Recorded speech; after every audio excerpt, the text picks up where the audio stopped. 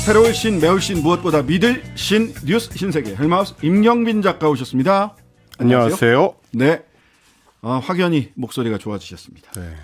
자, 본격적으로 정치 시사 뉴스 들어가기 전에 오늘 새벽에 우리 축구 U20 대표팀이 이겼습니다. 오랜만에 이제 쾌거를 또 전해드리게 되는데요. 우리 대표팀이 피파 U20 월드컵 20세 이하 월드컵에서 2회 연속 4강에 진출하는 쾌거를 달성을 했습니다. 김은중 감독이 이끄는 대표팀 오늘 새벽에 나이지리아하고 8강전에서 경기를 치렀는데 연장 접전 끝에 1대 0으로 승리를 거뒀습니다. 이렇게 되면 직전 대회 2019년 폴란드 대회 때 우리가 준우승을 했었는데 이번에도 4강에 연속 진출하는 성과를 거뒀습니다. 준결승 상대는 이제 이탈리아로 결정이 됐고요. 오는 9일에 오전 6시에 킥오프가 예정이 되어 있습니다. 우리 대표팀의 승승장구가 2번 더 이어졌으면 좋겠다라는 소망을 품게 됩니다. 금요일인 평일 아침이네요. 조금 갈등, 내적 갈등 가지신 분들이 많이 계실 것 같은데 출근 시간 조금 어떻게 안 될까요, 사장님들? 예. 근데 이 그 연장전에서 골 넣는 장면 그리고 직전에 우리 그 8강전인가요? 할 때 골 넣는 장면들이 2002년 월드컵을 떠올리게 하는. 그렇습니다. 오늘도 박지성 킥, 오늘은 드라마틱한 헤딩골. 안정환의 뒤통수 헤딩골. 이걸 다시 보는 듯한 어떤 감동을 보여줬습니다. 오늘 9일 새벽 6시, 오전 6시 우리 U20 월드컵 대표팀의 선전을 기원합니다.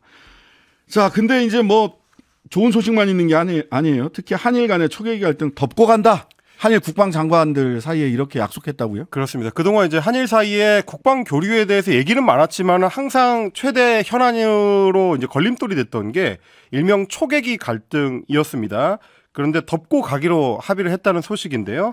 싱가포르에서 지금 진행된 제20차 아시아 안보회의 일명 샹그릴라 대화에서 이종섭 국방장관하고 일본의 하마다 야스카즈 방위상이 이제 회담을 했습니다. 그래서 양측이 서로 재발 방지 대책을 마련하는 데 중점을 두고 실무 협의부터 시작하기로 했다라는 발표를 했는데 그 얘기인 즉슨 기존의 잘잘못을 따지지 않고 일단 덮은 뒤에 다음 방안을 강구하자라는 쪽으로 의견이 모인 겁니다. 아시다시피 이제 한일 초계기 갈등 같은 경우는 2019년 12월 20일에 우리 동해상에서 발생을 했었던 사건인데 그때 조난당했었던 북한 어선을 우리 해군의 광개토 대왕함이 수색 중이었고요. 근데 이제 근처에 날아온 일본 해상자위대 P1 초계기가 광개토 대왕함에 대해서 저공 위협 비행으로 접근을 해왔습니다. 그래서 우리 군에서는 당연히 더 이상 접근하면 자위권 조치하겠다라고 경고 통신을 했고 그 뒤로도 무전을 20차례나 보냈는데 거기에는 아무런 응답 없이 우리 함정 주변을 계속 이제 맴돌았던 그런 일이 있었습니다. 여기에 대해서 나중에 이제 일본 쪽에서는 아니 우리 입장에서 봤을 때는 서로 식별 가능한 우방국인데 우리 이제 일본 초계기는 알아볼 수 있지 않느냐? 왜 사격 통제 레이더를 쏘느냐? 결국 공격하려고 했었던 거 아니냐? 적대 행위를 한 거 아니냐라는 주장을 했었고요.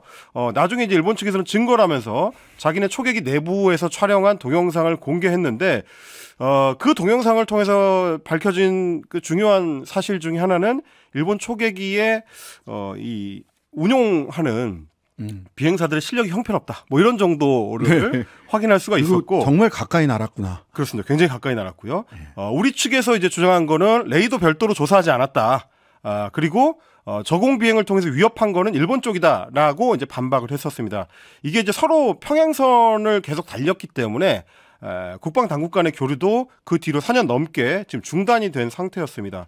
근데 최근 들어서 윤석열 대통령하고 기시다 총리가 연쇄 정상회담을 가지면서 관계 증진을 선언했기 때문에 양국의 국방 당국도 이걸 결국 봉합하는 모양새를 취하게 된 거다라는 분석이 이제 대체적이고요. 양쪽 모두 일단은 재발 방지책을 마련하겠다고 합의는 했는데 문제는 이게 우리 입장에서 봤을 때 위협을 당한 건 정작 우리인데 그렇죠. 그냥 덮고 가는 게 맞느냐? 혹은 잘잘못을 따지지 못했는데 그러면 재발 방지 대책은 어디서부터 출발을 시작할 수 있는 건지 모색할 수 있는 건지 이런 의문들이 좀 남게 됩니다. 저는 첫 번째 우리 국방부의 발표를 믿습니다. 공격용 레이더를 쏘지 않았다. 그런데 일본 초계기는 정말 근접 비행을 한 것 또한 이거는 눈으로 확인이 됩니다. 그렇습니다. 본인들이 밝힌 영상에서도 드러나는 겁니다. 그렇다면 지침 어떻게 한 거냐?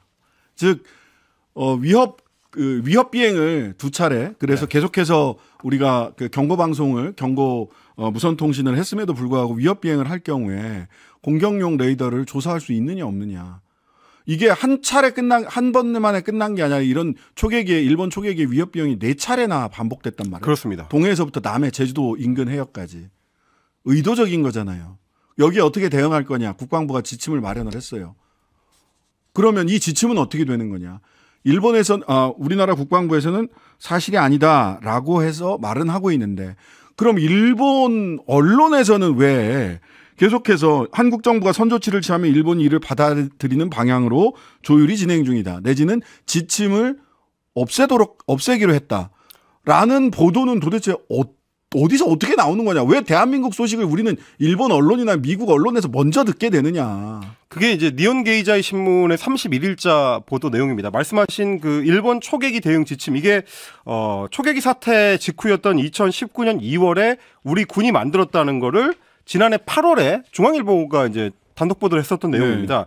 그 지침에 따르면 만약에 일본 군용기가 2차례의 경고에도 통신에 응하지 않고 계속 가까이 날아오게 되면 지휘관의 재량에 따라서 추적 레이더를 조사하도록, 그러니까 추적 레이더를 쏘도록 규정을 만들어 놓은 겁니다. 그리고 만약에 같은 일이 벌어지게 되면 이렇게 대응하도록 지침이 되어 있었는데 일본 정부가 이번에 이제 갈등 재발 방지를 위해서는 이 지침의 철회가 필요하다라는 입장을 밝혔다고 하고요.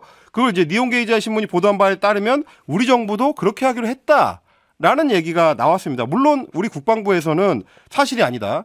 우리 군의 기존 입장에서 변한 게 없다라고 밝히고 있습니다만 이 부분은 조금 더 명확하게 할 필요가 있지 않나 싶긴 합니다. 할 말을 좀 해줬으면 했는데 오히려 우리나라가 아니라 아시아 안보회의에서 일본에 할 말 한 나라는 따로 있네요. 일본에 할 말 따로 한 나라는 이제 피지 공화국, 태평양에 있는 도서국가인데요. 아시아 안보회의에 참석한 자리에서 오염수 바다 방류와 관련해서 공개 비판을 했습니다.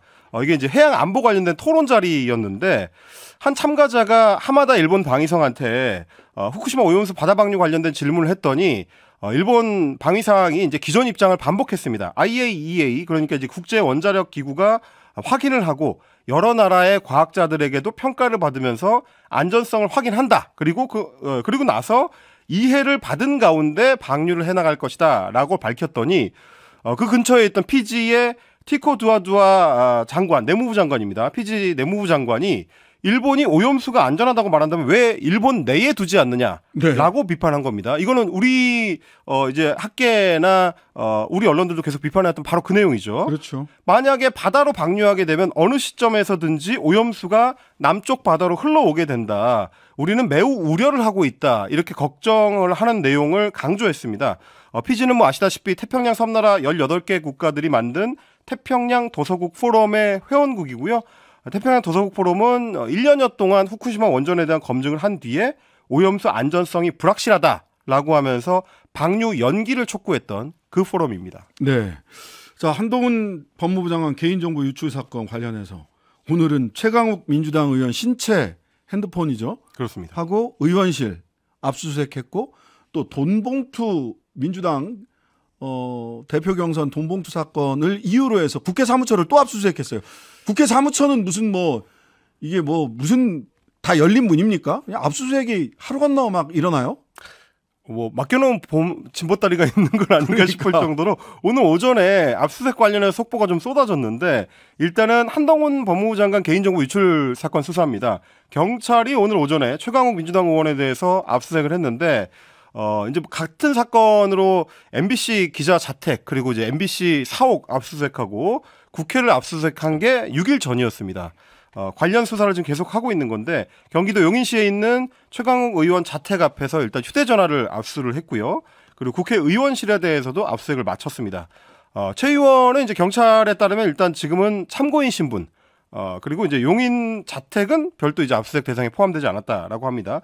이게 지금 얘기를 들어보니까 MBC 기자 임모 씨가 국회에서 한동훈 장관의 인사청문 자료를 입수하는 과정에 최 의원이 연루된 거 아니냐라는 이 의심을 하고 있다는 건데 임 기자가 확보한 자료가 유튜브 채널 열린공간 TV 측의 이제 인사를 통해서 문제가 되는 이제 서모 씨한테 전달이 된 걸로 경찰은 파악하고 있는데 구체적인 유출 그리고 전달 경로와 관련해 가지고 중간 단계에 최의원실 쪽에서 그 개인 정보가 유출된 것 아니냐라는 지금 의심을 하고 있습니다.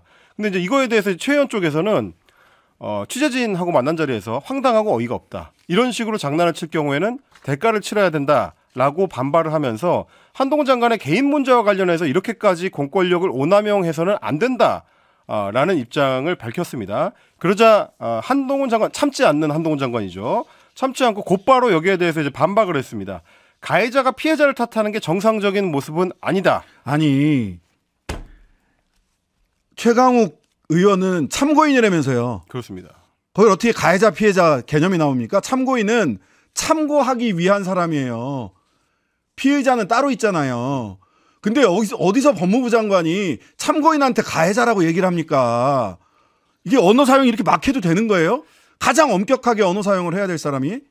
한동훈 장관 본인도 오늘 그렇게 밝혔습니다. 본인이 고발을 한 게 아니고 서모 씨에 대해서 고발이 들어간 거를 경찰이 수사하고 있는 거다라고 밝혔는데 정작 얘기할 때는 이제 가해자 피해자가 아니 참고인한테 함부로 가해자라고 얘기하는 게 어디 있습니까? 그리고 이제 또 한 가지 좀 분석해서 나오는 기사들에는 이런 내용이 있습니다. 아마도 최의원실에서 이제 일련 번호가 찍힌 자료가 돌아다니다가 임 기자를 통해서 이제 열린공감 TV 쪽으로 넘어간 거 아니냐라는 이제 정황인 건데 인사청문 자료는 보통 이제 언론하고 의원실이 공유해가면서 검증 작업을 하기 때문에 그래서 한 번 전달된 자료가 다른 기자들을 통해서 이제 추가 전달되는 과정이 많이 이제 발생을 합니다. 그러다 보니까 최의원실의 흔적이 해당 자료에 남아 있다고 해서 임모 기자한테 전달한 사람이 최강욱 의원일 가능성이 얼마나 되겠느냐. 이 부분에 대해서도 좀 따져볼 필요가 있다는 얘기가 있습니다. 그러니까 최강욱 의원이 그 한동훈 장관 이 고발 사주 문건을 보면 한동훈 장관에 대해서 거짓 보도를 검언유착 채널A 검언유착 사건 때 하게 했는데 그 연관고리를 고발 사주 문건, 고발 사주 고발장 법무부 그 검찰 양식으로 돼 있는 고발장을 보면은요. 제보자 X와 MBC가 유착을 했고 그다음에 제보자 X는 지금 민주당의 민병덕 의원의 사주를 받았고 민병덕 의원이 최강욱 의원과 짬짬이를 해서 MBC를 움직여서 제보자 X와 MBC를 움직여서 소위 검언유착 사건, 채널A 사건을 만들어서 한동훈 자신을 피해자가 되게 만들었다라는 취지로 이 고발사주 고발장이 구성되어 있거든요. 그러니까 최강욱 의원이 그렇게 좋게 보이지 않을 수 있다, 인간적으로. 이해는 가요. 근데 법무부 장관은 참고인한테 가해자라고 부르면 안 되는 겁니다. 그러니까 그러다 보니까 이 사건 관련해서 지금 경찰이 언론에 이제 보도될 수 있도록 내용을 흘려주는 게 좀 충분치 않다라는 지적이 나오는 게 일단 지금 최초에 고발을 당한 거는 사건의 말단에 있는 서모 씨라는 인물이거든요. 이 사람이 이제 강서구의 김민석 구의원한테 해당 자료를 전달했다는 건데 이 사람은 다시 열린공감 TV 쪽에서 자료를 받았다는 거고 열린공감 TV가 이제 임모 기자한테서 자료를 받았다라는 거고 그 앞단에 이제 최강욱 의원이 있다라는 그림을 지금 경찰은 그리고 있는 건데 과연 이 그림이 완성된 그림이냐? 그리고 이제 임모 기자한테 전달되고 열린공감 TV한테 전달될 때까지는 어떻게 보면 이제 장관 후보자의 인사 검증 과정에서 언론이 자료를 이제 받아보는 과정일 수 있는데 여기까지 과연 수사 대상으로 삼는 것이 그동안의 암묵지에 맞는 것이냐 이런 여러 좀 비판적인 포인트들이 있는 것 같습니다. 예, 국회 사무처도 압수수색 당했죠. 검찰이 오전에 국회 사무처를 압수수색을 했습니다. 이번 압수수색 같은 경우는 이제 돈봉투 의혹 사건 관련해서 녹음 파일 그리고 관련자 진술 등을 토대로 검찰이 수수자 군으로 한 20여 명까지 이제 의원들을 이제 얘기를 하고 있는데 해당 의원들의 동선을 확인하기 위한 것이었다라고 이야기를 하고 있습니다. 그래서 이제 송영길 전 민주당 대표의 경선 캠프에 참여했던 의원들 의원회관 출입 기록 등을 이제 확보하고 있는 걸로 전해졌는데 문제는 지금 검찰에서 이제 특정하고 있는 소위 돈봉투를 전달했다고 하는 장소들이 뭐 국회 외통위원회 회의실 같은 국회 내의 공간들입니다. 근데 이게 관련자 진술 등에는 나와 있지만 실제로 국회 출입 기록을 따진다고 해서 해당 시간에 그 사람이 그 회의실에서 돈봉투 전달을 했는지를 확인할 수 있느냐. 불가능하죠. 이건 또 이제 어려운 문제죠. 국회의원회관이나 국회 본청 다녀본 사람들은 다 알아요.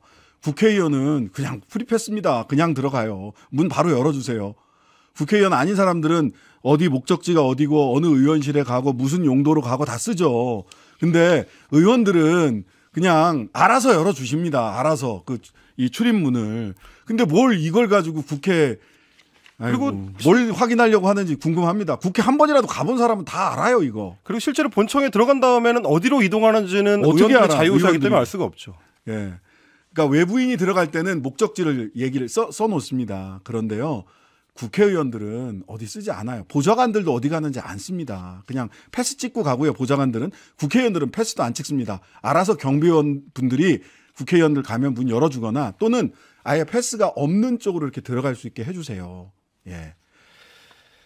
뭘 보러 간 건지 그냥 진보딸에 맡겨놓듯이 우리는 아무 때나 국회에 가서 압수수색 할 수 있다 이걸 보여주려고 하는 건지 잘 모르겠습니다. 예.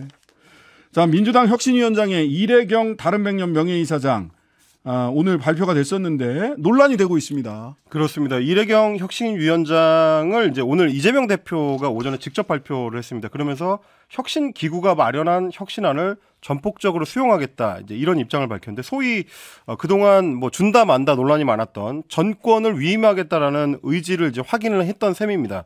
근데 이제 이 위원장 관련해 가지고 과거 발언들이 좀 논란이 되고 있습니다. 이제 SNS를 통해서 주로 했었던 발언들이 문제가 된 건데 지난 2월 10일에 페이스북에다가 천안함 피격 사건을 두고 미국 패권 세력이 조작한 자폭 사건이다. 이렇게 정의를 내린 게 이제 확인이 됐습니다. 그 당시에 이제 미국의 중국 정찰 풍선 격추 사건에 대해서 언급을 하면서 자폭된 천안함 사건을 조작해서 남북 관계를 파탄낸 미 패권 세력들이 이번에는 중국의 기상 측정용 비행기구를 마치 외계인 침공처럼 엄청난 국가 위협으로 과장하고 있다. 이렇게 좀 비판한 건데 그러다 보니까 이제 두 가지가 다 문제가 되는 거죠. 이제 미국의 중국 정찰 풍선 격추 사건도 음모론적 시각으로 보고 있는 거 아니냐라는 게 하나가 있는 거고 추가로 천안함 사건에 대해서도 자폭이다라는 음모론적 시각을 갖고 있는 거 아니냐라는 비판이 나온 겁니다. 근데 이제 이 건에 대해서 오늘 연합뉴스랑 인터뷰를 했는데 그 입장에 대해서는 바꾸지 않는 모습이었습니다. 북한의 폭격일 것이라는 거는 근거가 없다. 자폭일 수도 있다라고 이야기를 하면서 원인 불명이라는 게 나의 입장이다라고 다시 한번 좀 강조를 했고요. 추가로 지난 5월에는 아마도 지난 한국 대선에도 미국 정보 조직들이 분명 깊숙이 개입했으리라 라고 해서 대선 조작설을 제기하는가 하면 2020년 3월에는 코로나19의 진원지가 미국임을 가리키는 정황들이 속속 밝혀지고 있다. 이런 주장을 하기도 했습니다. 이러다 보니까 천안함 사건 관련해가지고 최원일 전 천안함 함장이 곧바로 반발을 했습니다. 페이스북을 통해서 현충일이 내일이지 않습니까? 현충일 선물 잘 받았다라고 민주당을 향해 비판을 내놨습니다. 오늘까지 입장 밝혀주시고 연락 바란다. 해촉 등의 조치가 없으면 내일 현충일 행사장에서 천안함 유족, 생존 장병들이 찾아뵙겠다라고 이제 반발하는 모습이었습니다. 네, 국민의힘에서 비판 목소리, 당내에서의 다른 이견, 비판 목소리도 많이 나오고 있습니다. 거세게 이제 나오고 있습니다. 일단 유승민 전 국민의힘 의원 같은 경우는 민주당이 드디어 자폭의 길로 간다라고 공격을 했고 이준석 전 국민의힘 대표도 간단하게 그분 발언과 행위들을 추려서 살펴봤는데 저런 노선으로 갈 거면 차라리 다른 사람을 혁신위원장으로 선임하는 게 낫다. 또 이렇게 이제 꼬집기도 했습니다. 민주당 당내에서는 홍영표 의원 같은 경우에 지나치게 편중되고 과격한 언행과 음모론 주장 등으로 논란이 된 인물이기 때문에 혁신위원장이 부적절하다 이렇게 좀 비판을 했고요. 워낙 좀 논란이 거세다 보니까 이재명 대표를 오전에 이제 기자들이 만난 자리에서도 관련해가지고 계속 좀 질문을 쏟아냈습니다. 천안함 자폭설이라든지 푸틴은 전쟁 범죄자가 아니다. 뭐 이런 과거 글에 대해서 질문했더니 이재명 대표는 그런 점까지는 저희가 정확한 내용을 몰랐던 것 같다라고 이야기를 하면서 천안함 사건에 대한 정부의 발표는 공식 발표고 저는 그 발표를 신뢰한다. 이렇게 또 덧붙였습니다. 잠시 전 고위전략회의 끝나고 권칠승 그 수석 대변인이 브리핑을 했네요. 브리핑 내용 간단하게 정리해 주시죠. 그렇습니다. 이 이사장과 관련한 여러 논의가 있었고 이 대표가 일단 여러 가지 의견을 드렸다라고 밝혔고요. 그 부분 특히 천안함 발언 관련해서는 이제 본인의 의견을 좀 더 확인해 보는 과정이 있어야 된다라고 거취가 가장 문제죠. 네, 전개된 것 같습니다. 그래서 새롭게 알게 된 내용도 있고 여러 의견들이 있기 때문에 관련한 결정에 대한 이야기는 없이 이 대표가 다양한 이야기를 들었다는 정도로 이사장 거취 관련해서는 고위전략회의에서는 의견을 듣는 것까지 다음에 어떤 조치를 취할지 들어보도록 하겠습니다. 하루 종일 기다려지는 진짜 시사. 평일 저녁 6시 5분 신장식의 뉴스 하이킥.